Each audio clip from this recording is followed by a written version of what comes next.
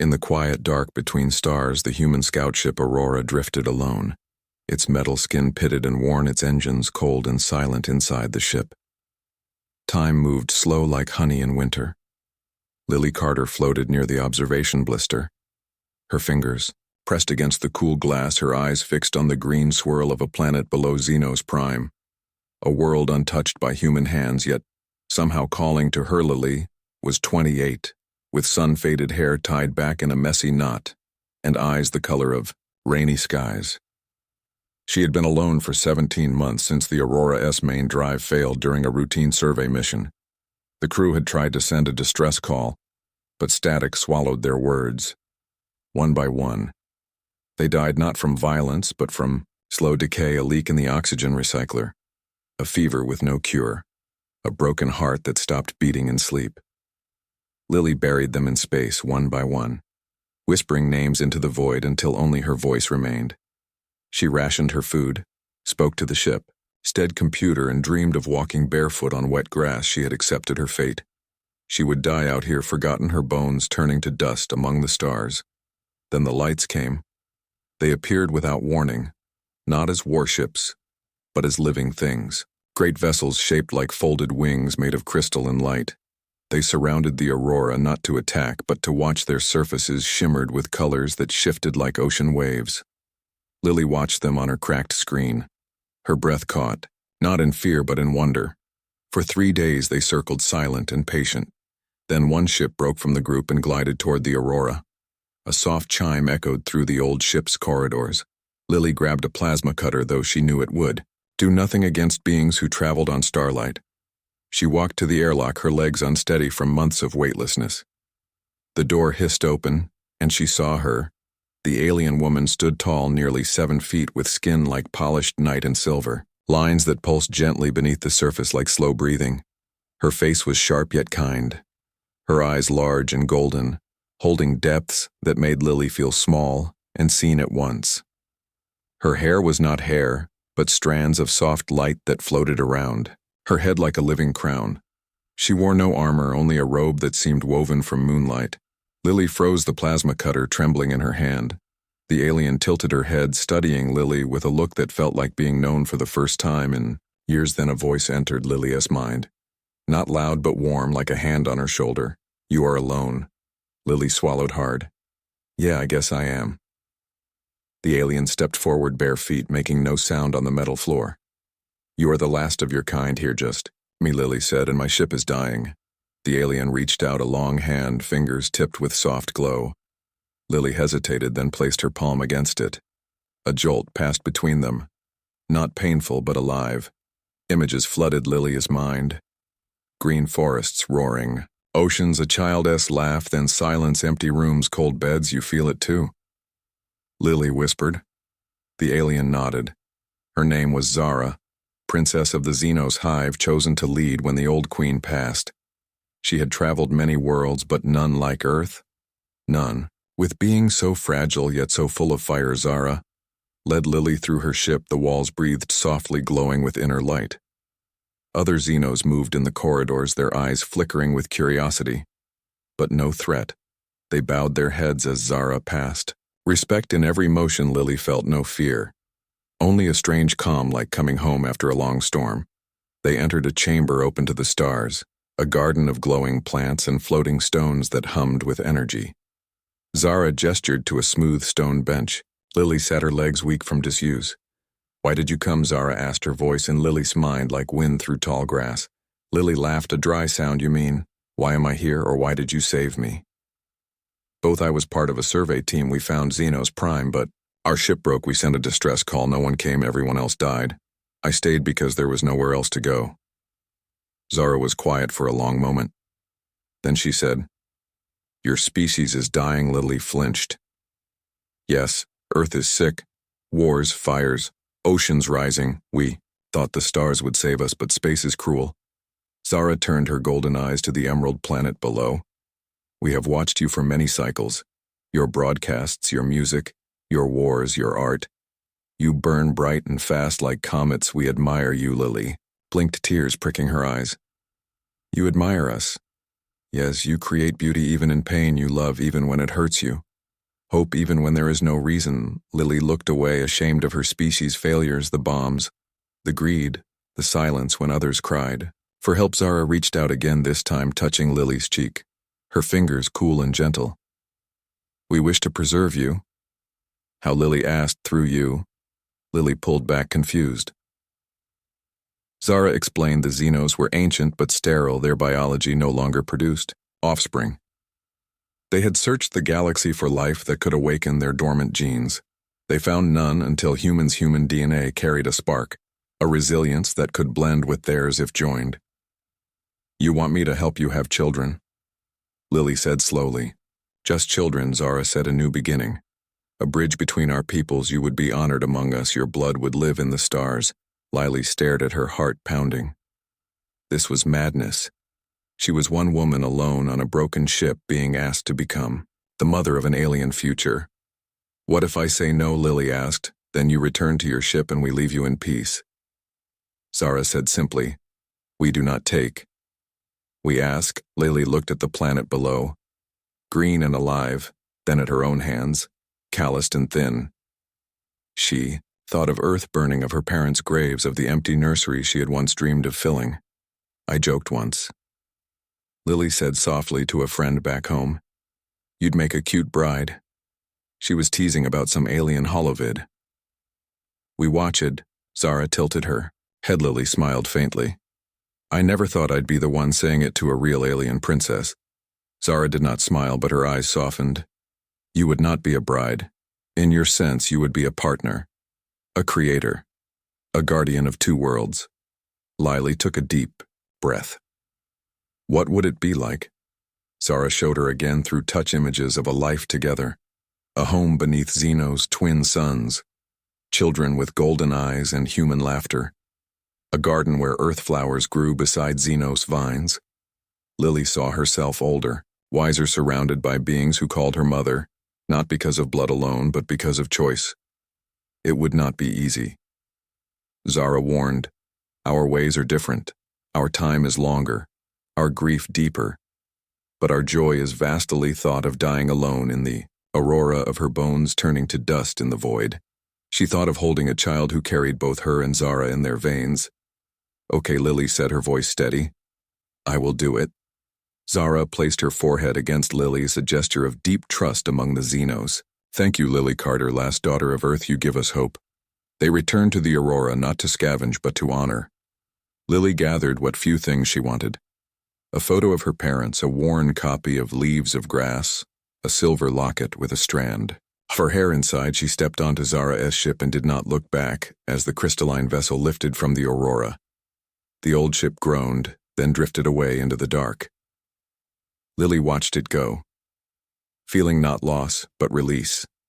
On Xenos Prime they were, greeted not with ceremony but with quiet reverence. The Xenos people gathered in the great plaza, their light patterns shifting in waves of welcome. Zara took Lily's hand and led her to the heart tree, a massive organism that pulsed with soft blue light, its roots deep in the planet's core here.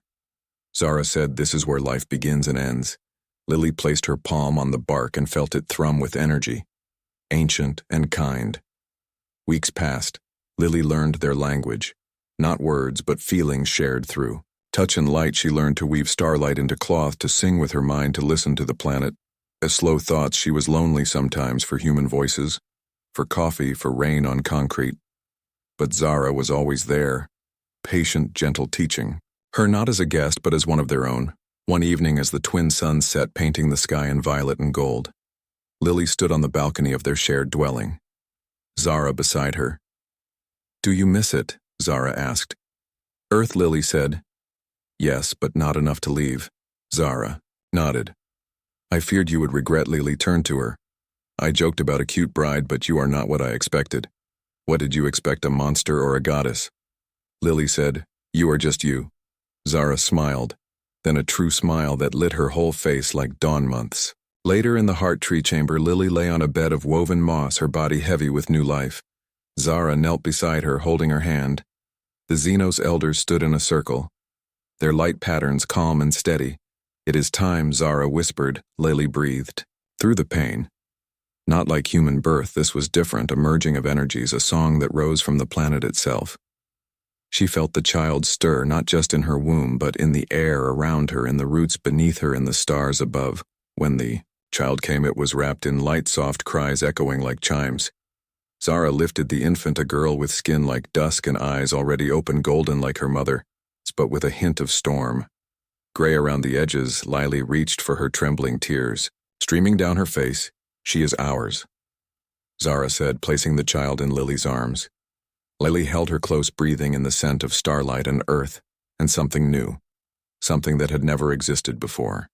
Life on Xenos Prime settled into a rhythm like the slow pulse of the heart tree. Lily learned to move with the planet, not against it. Mornings began with soft light filtering through the crystal leaves of their home. She would wake to the sound of Zara humming a low song that made the air shimmer. Her daughter Kayla, already awake, floating gently above her crib wrapped in a blanket of woven starlight. Kayla grew fast, not in years but in moments. She spoke in feelings before words, laughed in colors before sounds. By the time she was 6 months old by human count, she could walk and weave light with her tiny hands. She had Lily's curiosity and Zara's calm. Her eyes shifted from gold to gray, depending on her mood. And Lily loved her, more than she thought possible. The Xenos people treated Lily not as an outsider but as a mother of their future. They brought her gifts, seeds from deep caves, fruits that glowed in the dark, songs passed down through generations they asked her about. Earth not with pity but with wonder. She told them of oceans and snow, of dogs and thunderstorms, of birthday cakes and lullabies. They listened with wide eyes, their skin patterns shifting in awe. Still, there were hard days. Some nights Lily woke, gasping, from dreams of the aurora. The silence, the cold, the weight of being the last human. She would sit on the balcony, tears falling without sound. Zara always found her never speaking, just sitting beside her, hand resting on Lily's back until the storm. Pasadone evening, Lily asked Zara, "What happens if more humans come?" Zara looked at her, golden eyes soft. "We will welcome them if they come in peace. But what if they bring war? Then we protect what we have built." Zara said simply, "But we do not fear humans. Lily, we see what you are capable of. Love, sacrifice."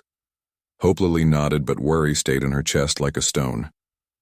Months turned into a year.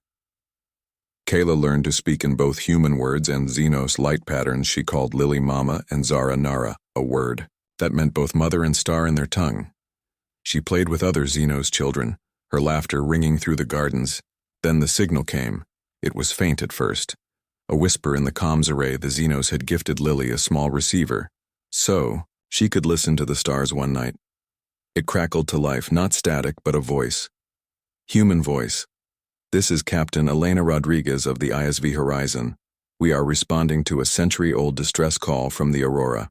If anyone hears this, please respond." Lily froze, the cup of warm nectar in her hand trembling. Zara appeared beside her, sensing the shift in her energy. "Someone is out there," Lily whispered. Zara did not speak, but her light patterns dimmed slightly. Understanding, Lily wanted to answer, but fear held her back. What if they were not kind? What if they saw the Xenos as monsters? What if they tried to take Kailashe? Waited 3 days listening to the repeated calls. Elena Rodriguez sounded tired, but determined. She spoke of Earth not as it was now, but as it could be rebuilt. She spoke of hope. On the 4th night, Lily made her choice. She sent a reply, short and clear. "This is Lily Carter, former crew of the Aurora. I am alive on Xenos Prime. Do not come with weapons. Come with open hands." Silence. Followed then a burst of static, then a sob. Elena Rodriguez cried over the comms, "You are real, you are alive." Lily smiled through tears. Yes, preparations began. The Xenos did not panic, but they prepared. Their elders gathered in the plaza, their light patterns shifting in discussion. Zara stood at the center, calm and steady. "They will come," Lily said. "They will see what we have built." Zara replied. When the Horizon arrived, it was not a warship, but a vessel patched together from old parts, its hull scarred, but proud it hovered above the landing field. Lily stood with Zara and Kayla at the edge of the garden, her heart pounding, The ramp lowered and a woman stepped out. Captain Elena Rodriguez. Tall with dark skin and eyes that held too much loss, she wore a simple uniform, no weapons. Lily walked forward alone. Elena stopped 10 feet away, tears streaming down her face. "You are real," Lily nodded. "So are you." They embraced, not as strangers, but as survivors. Elena met Zara next. She did not flinch at her height or her light. She bowed her head slightly, a gesture of respect. Zara returned it. "And this is Kayla," Lily said, lifting her daughter. Elena looked at the child, her eyes wide. Kayla reached out a hand and touched Elena's cheek. A soft golden light bloomed between them. "She is both," Lily said. Elena smiled. "Yes, she is." The Xenos welcomed the Horizon's crew, not with grand ceremony, but with quiet grace. They offered food, shelter, and time. The humans stayed for weeks, learning the ways of Xenos Prime. They walked the glowing forests, swam in the crystal rivers, listened to the planets. Elena spoke with Lily, often under the twin suns. "Earth is healing," she said slowly. "The wars ended. Not because we won, but because we ran out of hate. People are planting trees, building clean cities, remembering how to care." Lily listened, her heart aching for the world she left. "You could come back," Elena said gently. Lily looked at Kayla playing with Xenos children, her laughter bright as starlight, then at Zara, watching her with quiet love. "My home is here now," Lily said. Elena nodded. "I understand." Before the Horizon left, Elena gave Lily a data chip. Inside were recordings of earthbirds singing, rain falling, children laughing, music from every culture that survived. "Piece of home," she said. "Thank you," Lily whispered. After they left, life returned to its rhythm, but something had changed. The Xenos knew they were no longer alone in the universe. Humans knew they were not the last hope. Kayla grew stronger every day. She began to show gifts neither human nor Xenos alone could explain. She could calm storms with her voice, heal small wounds with her touch. Once she made a dead vine bloom just by holding it. The elders said she was the first of a new kind, a bridge made flesh. Lily watched her daughter dance under the stars one night, Zara beside her. "Do you ever regret staying?" Lily asked. Zara looked at her, golden eyes full of stars. "Never. You gave us a future." "We thought lost." Lily leaned her head on Zara's shoulder. "I gave you a future, but you gave me a family." Ayla ran to them, then her small hands glowing with soft light. She held one hand out to each of them, and the three of them stood connected by light and love under the endless sky in the months that followed. More ships came, not many, but enough small groups of humans seeking a new start. They came with open hands and broken hearts. The Xenos welcomed them all. A new village grew at the edge of the Heart Tree Gardens. Human and Xenos children played together. Languages mixed, songs blended. Lily became a teacher not just of earthways but of balance. She showed them how to plant seeds, how to listen to silence, how to hold grief without drowning in it. One day, a young human boy asked her why the Xenos chose her. Lily smiled. "Because I was alone and they saw not just my loneliness but my hope." That night she sat with Zara and Kayla on the balcony, the twin suns setting in a blaze of color. "Do you think we did the right thing?" Lily asked. Zara took her hand. "Our child is happy. Our people are whole. Your kind has found peace here. That is more than right. It is necessary." Lily looked at Kayla asleep in Zara's arms, her face peaceful, her light soft and steady. "Yes," she whispered, "it is." And far above in the velvet, dark between stars, the aurora drifted, still silent and empty, but no longer forgotten. For its last daughter had not died. She had bloomed, and in blooming, she had changed everything. Years passed on Xenos Prime, not in sharp lines but in soft waves like ripples on a calm lake. Kayla was no longer a child but a young woman. Tall like Zara, with Lilia's quick smile and storm-gray eyes that could shift to gold when she sang the heart. Tree had grown new branches since her birth, each one glowing brighter than the last. The elders said the planet itself was healing through her. The human village had become a town, small but strong, with homes built from living wood and woven light. Children of both species ran through the streets, speaking a mix of English and Xenos light patterns. They played games that used both sound and color, and no one thought it strange. Lily still taught. But now she also listened. She learned from the young humans who brought stories of a changed Earth, and from the Xenos who remembered times before stars had names. She walked the gardens daily, her hair now streaked with silver. Her steps slower, but Shirazara remained her steady presence beside her. Their bond deepened not with grand words but with quiet moments, shared meals, silent walks under twin moons. The way Zara always knew when Lily needed to be held without being asked. But peace is never without shadow. One evening a scout ship returned. From the outer rim, damaged and silent, its crew shaken. They brought news not of war but of something worse. Silence. A whole colony of humans near the Orion belt had gone dark. No signals. No life signs. Just empty homes and cold machines. Selena Rodriguez, now an ambassador between Earth and Xenos Prime, arrived soon after, her face lined with worry. "We think it is the Voiders," she said, her voice low. Lily frowned. She had heard the name before, whispered in fear among the newer settlers. The Voiders were not a species but a sickness, a force that consumed worlds not with fire but with stillness. They left no bodies, no ruins. Just absence. Zara stood tall, her light patterns dimming to deep blue. "They feed on connection," she said. "If a world has strong bonds, love, memory, they drain it until nothing remains." Lily looked at Kayla, who stood in the doorway. Her expression calm, but her hands clenched. "They are coming here, aren't they?" Lily asked. Alina nodded. The silence is spreading like a stain. Fear moved through the village, not panic but a quiet dread. Parents held their children tighter. Humans and Xenos gathered in the plaza.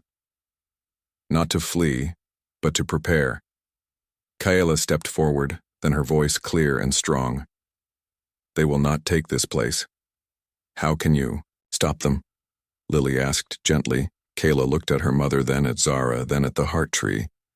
"I am not just human or Xenos, I am both, and more. The Voiders feed on separation, but here we are. Whole," the elders agreed. Kayla would stand at the edge of the shield, the living barrier of light and song that surrounded Xenos Prime. She would be its voice, its heart. Lily wanted to say no, to beg her to stay safe.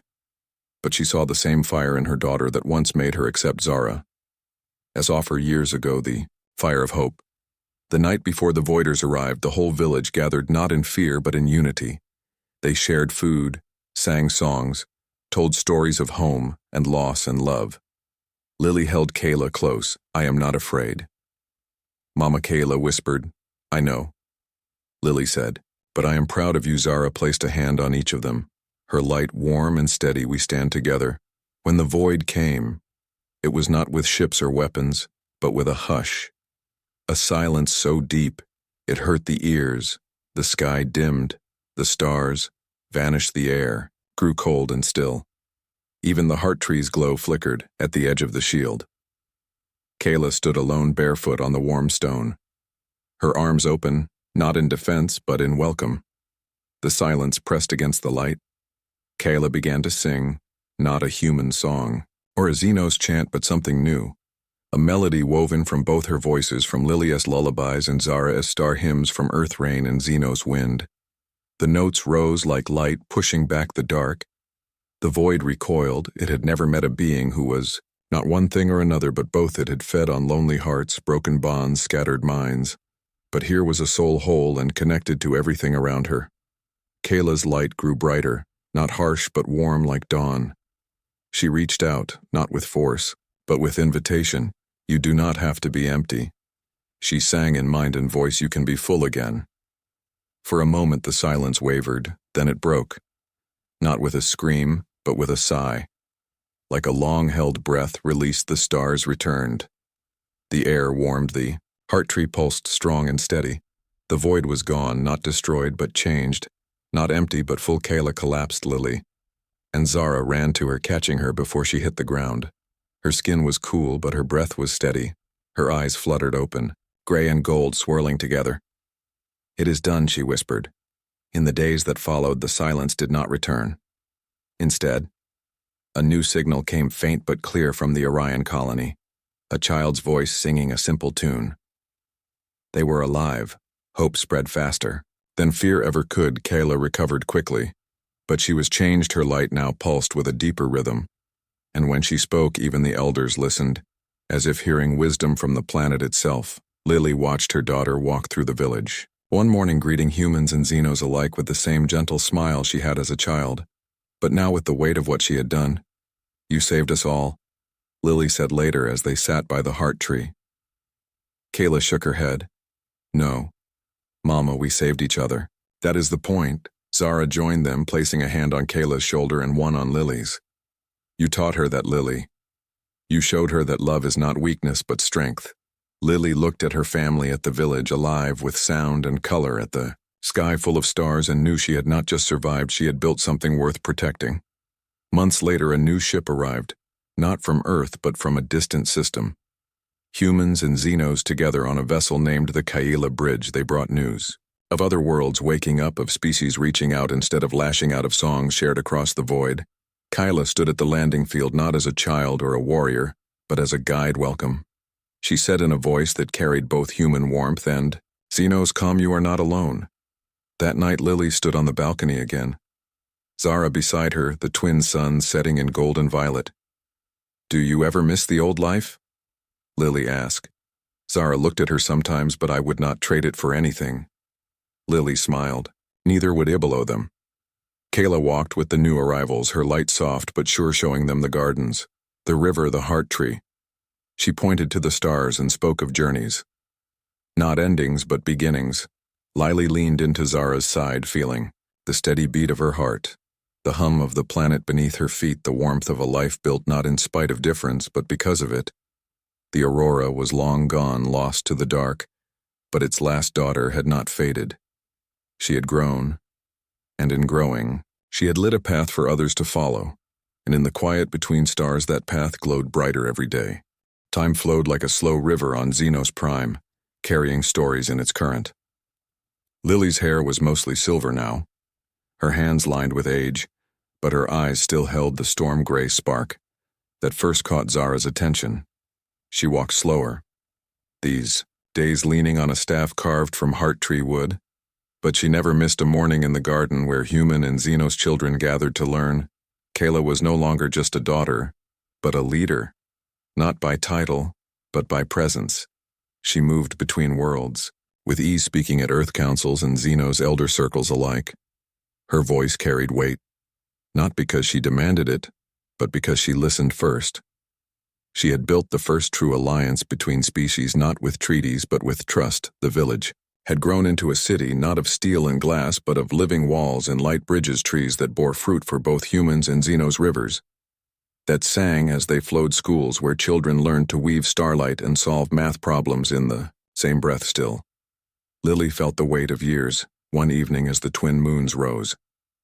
She sat on the old stone bench beneath the heart tree, Zara beside her. Their hands clasped, the silence between them, comfortable like worn clothing. "I'm tired, Zara," Lily said softly. Zara did not answer with words, but with a pulse of warm light through their joined hands. It was enough. Lily had given everything she had to this world, her youth, her fear, her love, and now her strength was fading like sunset. But she did not regret it, not for a single moment.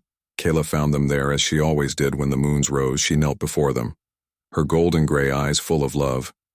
The new envoy from Proxima arrived today. She said they brought seeds from their world, plants that bloom only in song. Lily smiled. That sounds like a good start. Kayla placed a hand on Lily's knee, her touch warm and steady. "They asked for you, Mama.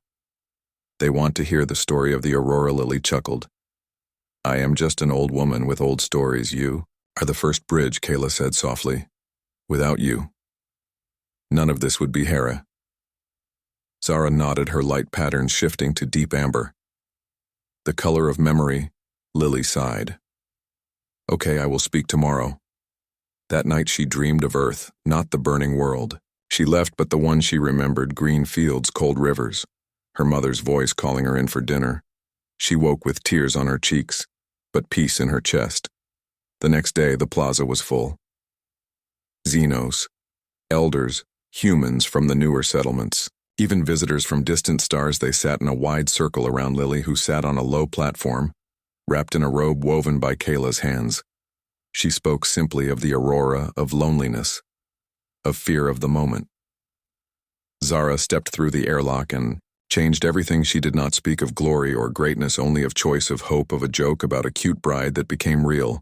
When she finished, there was no applause, only silence, Then a single child, a human girl no older than 6, stood and walked, to Lily placing a glowing flower in her lap.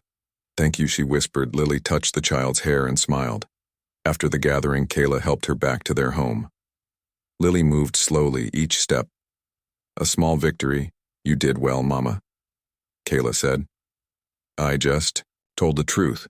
Sometimes that is the hardest thing to do," as weeks passed. Lily's strength waned. She spent more time in the heart tree chamber, resting against its warm bark, listening to its slow song.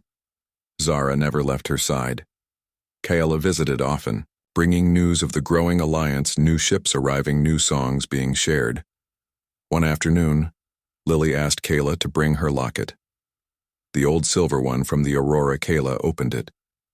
Carefully inside was a strand of Lily's younger hair and a tiny photo of her parents. "Keep this," Kayla said. Lily nodded. "It is yours now." That night the air was still, the twin suns setting in soft hues of rose and gold. Lily lay on her bed woven from living moss. Zara held one hand, Kayla the other. "I am ready," Lily whispered. Zara leaned close, her golden eyes full of stars. "You gave us everything." Lily smiled. "Not everything, just what mattered."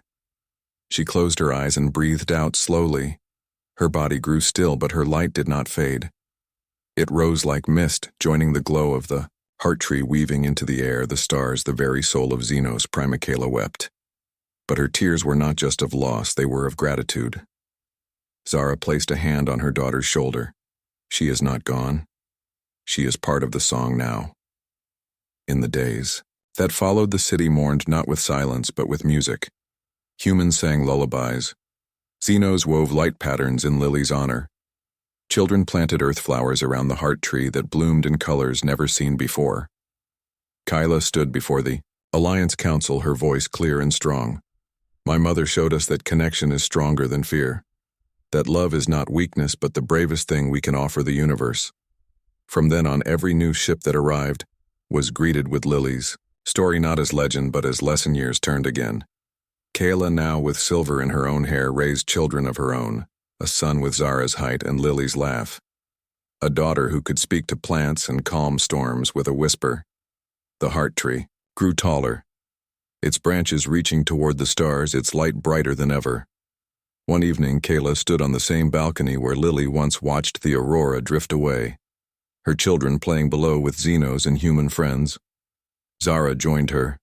Her light softer now but steady. "Do you feel her?" Kayla asked. "Always," Zara replied. Kayla looked up at the stars, not with longing but with peace. The Aurora was gone, but its legacy lived in every shared meal, every child's laugh, every bridge built between worlds, and in the quiet between stars the song continued, not of one species or another, but of many voices joined, as on Lily Carter had been alone, once the last human in the dark.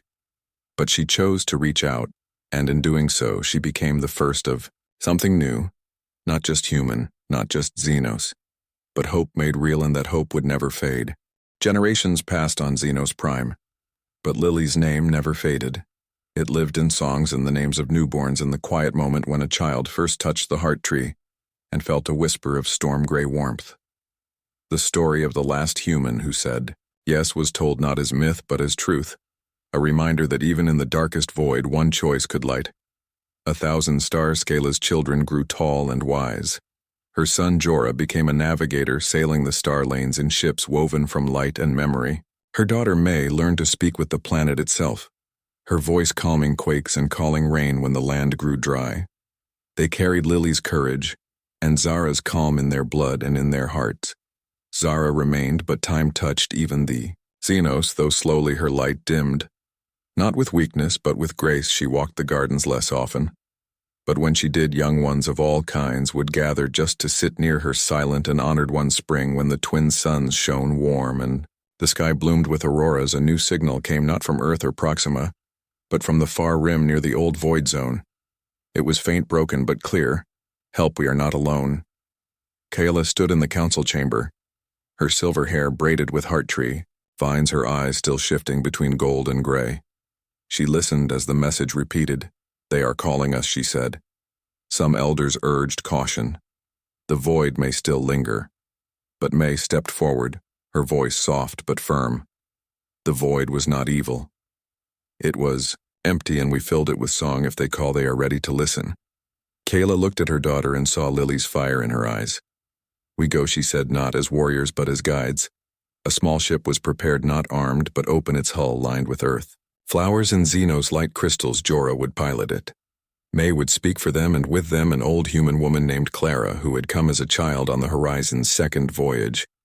Clara carried Lily's locket, now worn smooth by time. Before they left, Zara met them at the landing field. Bring them home, she said. Not to Xenos Prime, but to themselves. May hugged her grandmother tightly. I will, as the ship rose into the violet sky. Zara watched until it became a speck, then turned back to the garden, where children played beneath the heart tree. The journey took weeks through silent zones where stars seemed to hold their breath. But May sang as they traveled, old songs Lily once hummed, new ones born from Xenos winds.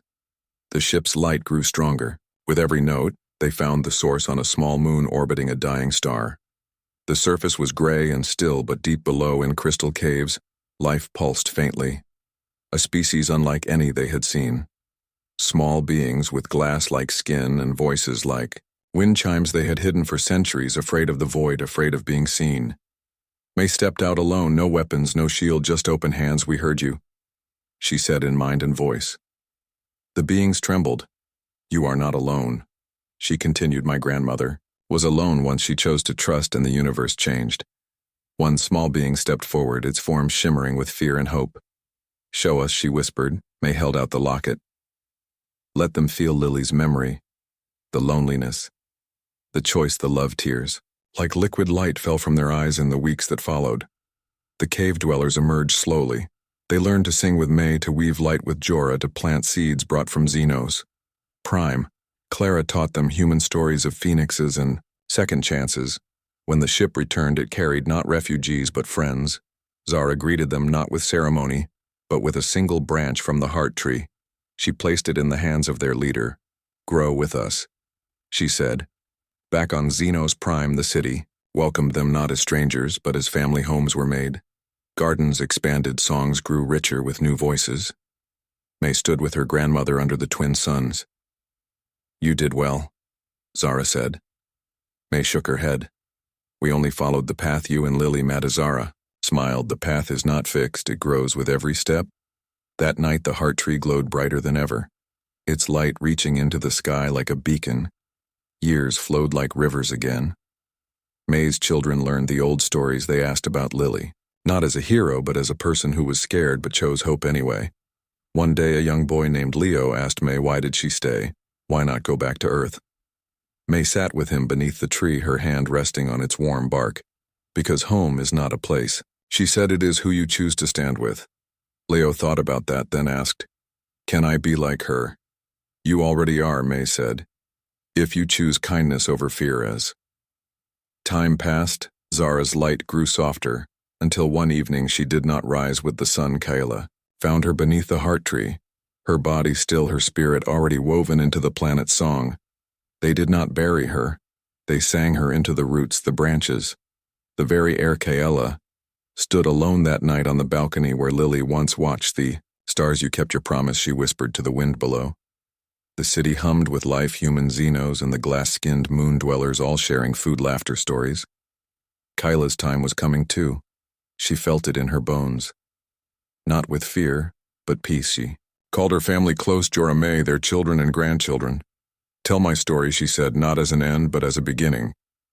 They did, and when Kayla closed her eyes for the last time, her light joined Lily's and Zara's in the heart tree, a golden, gray shimmer that pulsed with every new life born beneath its branches.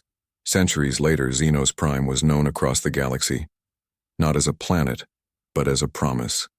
A place where differences did not divide, but deepened understanding. Ships from 100 worlds came not to take but to learn. In the center of the city, the heart tree stood taller than ever, its leaves glowing with the memories of all who had loved there.